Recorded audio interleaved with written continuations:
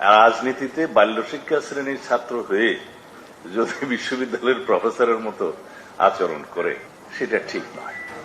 এই যে চেতনা বিক্রির রাজনীতি বাংলাদেশে ফেল করেছে, ৭১-এর চেতনা বিক্রির রাজনীতি বাংলাদেশে মারাত্মকভাবে ফেল করেছে। শেখ হাসিনা ৭১-এর চেতনা বিক্রি করতে করতে দিল্লিতে যেয়ে বসে আছে। আমরা বলেছি আওয়ামী লীগ এবং শেখ হাসিনার রাজনৈতিক মৃত্যু হয়েছে ঢাকায়, দাফন হয়েছে দিল্লিতে। এটা একটা প্রবাদ হয়ে গিয়েছে। কেন হয়েছে? এই চেতনার রাজনীতি করতে করতে আমাদের রাজনীতির নতুন বন্ধুরা নতুন বন্দোবস্তের নতুন রাজনীতির কথা বলে, পুরাতন বন্দোবস্তের ধারায় তাদেরকে সংশোধন হতে বলবো।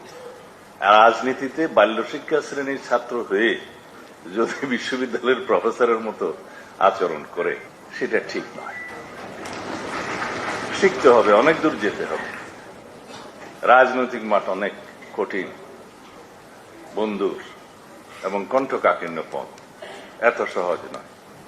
কোথায় যেন বলেছিলাম যে নিউটনের আপেল পাকলে পরে অটোমেটিক ঝরে পড়ে না। এই গণতান্ত্রিক আন্দোলনের ফসল হিসেবে গণ অভ্যুত্থান কোন নিউটনের আপেল ছিল না, এটাকে আমাদের পাকাতে হয়েছে। এটা কখনো অটোমেটিক ছেড়ে পড়ে নাই। দীর্ঘ ১৭ বছরের ধারাবাহিক আন্দোলনের ফসল হিসেবে এই আপেলকে, এই আন্দোলনকে, এই গণ অভ্যুত্থানকে আমাদেরকে পেড়ে নিতে হয়েছে।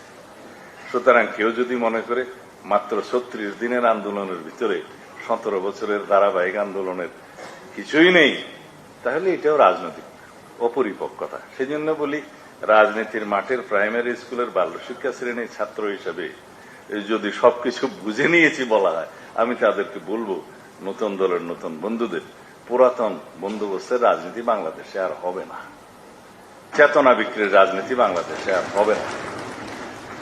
আমরা তোমাদের মধ্যে আমাদের ভবিষ্যৎ দেখতে পাই।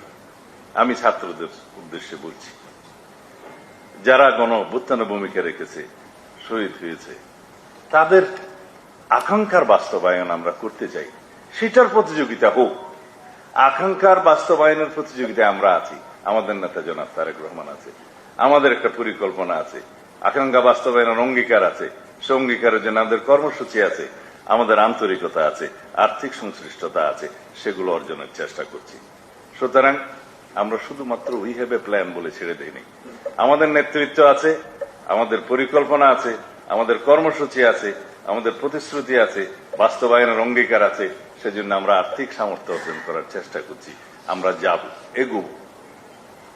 আর যারা আকাঙ্ক্ষার উপর ভিত্তি করে চেতনা নির্ভর রাজনীতি করতে চাচ্ছে, তারাই আজকে স্বৈরাচারের পতনকে কেন জানি, যে পতিত স্বৈরাচারকে কেমন জানি আবার আমন্ত্রণ জানানোর মতো একটা পরিবেশ আবহ সৃষ্টি করছে। সরকারের বয়স 5.5 মাস 6 মাস, এখনই রাস্তায় বক্তৃতা দিচ্ছে ব্যর্থ সরকার। আর ব্যর্থ হওয়ার জন্য তো একটা সময় লাগে। আমরা তো শুরু করছি কেবল।